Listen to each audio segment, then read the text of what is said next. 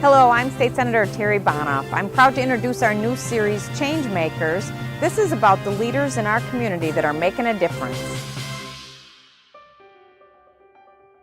I'm Patrick Leo Halloran. I am a Plymouth resident.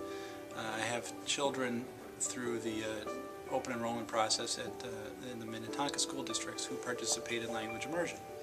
They're both in a Chinese immersion program there.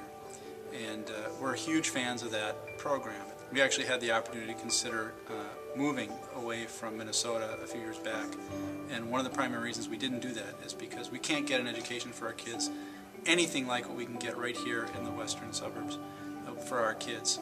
The language immersion through the public schools that has been this successful is unique in the country, and it's a jewel of our state. We need to be proud of it and protective of it. Last year there was a piece of education reform that involved basic skills tests for teacher licensure.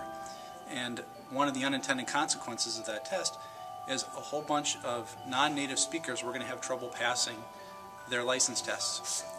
And I immediately became very concerned. Part of the success in the language immersion has to do with having great teachers. And they're very good at connecting with kids. They're very good at teaching in the target language. They teach all their subjects in the target language. They teach math, they teach social studies, they teach science.